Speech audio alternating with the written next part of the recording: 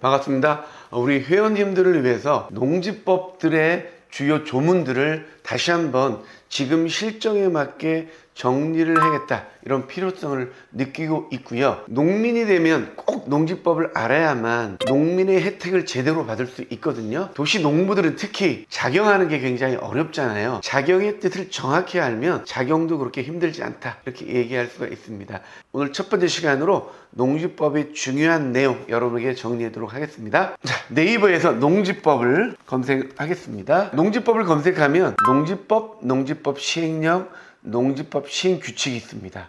자, 각각 세 개를 전부 다 띄워놓도록 하겠습니다. 농지법 시행령, 농지법 시행규칙, 이 세 가지입니다. 1번 먼저 보도록 하겠습니다. 농지법 2조가 굉장히 중요하거든요. 2조에 나오는 농지, 위탁경영, 작용, 이 내용을 잘 알아야만이 우리가 마음 편안하게 작용을 할 수가 있습니다. 1번 농지입니다. 농지에 대해서는 농지법 시행령이 아주 잘 나와 있거든요. 자, 이렇게 대통령령으로 정하는, 이렇게 나와 있을 경우에는 누르면 다 팝업이 뜹니다. 팝업이 떠가지고 자세하게 시행령으로 설명을 해주거든요. 시행령을 띄워놨습니다. 이렇게 농지의 범위가 나와 있잖아요. 여기서 우리가 주목해야 될 것은 맨 밑에 장입니다. 농막, 간이, 저장고, 우리가 많이 쓰는 농막이죠. 농막도 뭐다? 농막도 농지라는 거죠. 간혹 농막이 20제곱미터잖아요. 경영체 등록할 때 농막은 빼고 1000제곱미터를 만들어 와라, 이렇게 경영체 등록할 때 요구하는 그런 직원들이 있거든요. 그럴 때 이 조문이 꼭 필요한 겁니다. 농막 포함해서 1000제곱미터면 되는 거죠. 농지의 범위를 확실하게 알아두시기 바라겠습니다. 자, 그리고 배수시설, 농로, 제방, 이런 것도 뭐다? 농지라는 거죠. 대통령령으로 정하는 시설, 아래 시설, 이 아래 시설은 뭡니까? 농지라는 사실 잊지 마시고요. 경영체 등록할 때 꼭 이용하시기 바라겠습니다. 많은 분들이 수목, 자, 수목이 뭡니까? 이 과일나무 심는 게 농사일이냐, 이렇게 많이 물어봅니다. 여기 나와 있잖아요. 자, 그리고 잔디도 마찬가지입니다. 잔디나 조림용 묘목 나와 있죠. 이것도 농지의 범위에 해당하는데요. 잔디나 조경수 같은 경우는 내가 판매 목적으로 심었다고 대답을 해야 됩니다. 내 전원주택을 예쁘게 하기 위해서 잔디를 심거나 집에 조경을 위해서 심는 게 아닙니다. 농지의 범위에서 우리가 자세히 알아야 할 것은 수목이나 잔디는 나를 위한 게 아니고 판매 목적이다는 것, 농사를 짓기 위한 시설들, 농막이나 비닐하우스, 간이 퇴비장, 이런 것도 농지에 해당하는 것 잊지 마시기 바라겠습니다.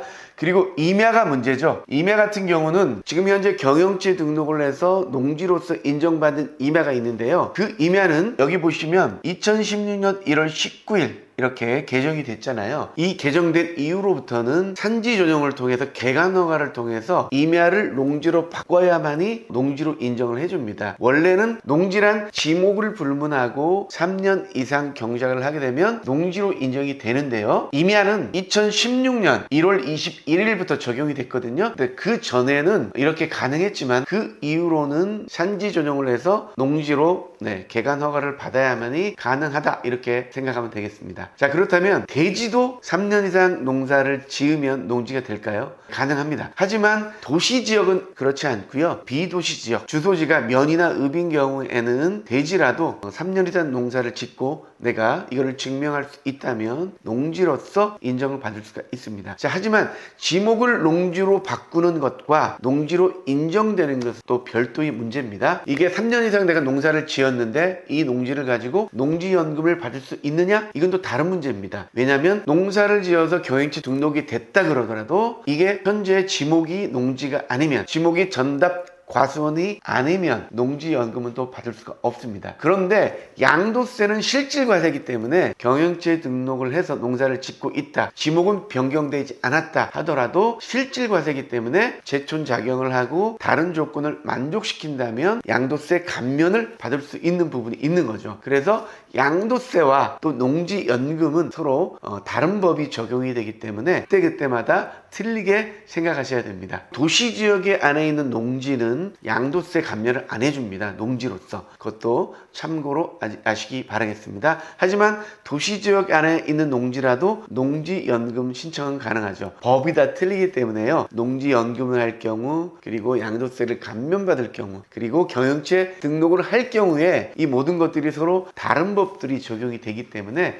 헷갈리지 마시기 바라겠습니다. 오늘은 농지는 무엇인가에 대해서 간단하게 여러분에 전달드렸습니다. 첫 번째 지목이 전답 과수원이면 전부 다 농지입니다. 자, 두 번째, 적 지목을 불문하고 3년 이상 농사를 짓고 내가 증명할 수 있다면 그것도 농지에 해당합니다. 하지만 임야는 2016년 1월 12일 전에만 그렇고요. 그 이후에는 산지 조정을 통해서 농지로 변경을 해야만이 농지로 인정받을 수 있습니다. 3년 이상을 경작한 대지 같은 경우는 도시 지역에서는 안 되고 농촌 지역에서만 인정받을 수 있다는 것 잊지 마시기 바라겠습니다. 그리고 농지를 위한 시설들도 농지다.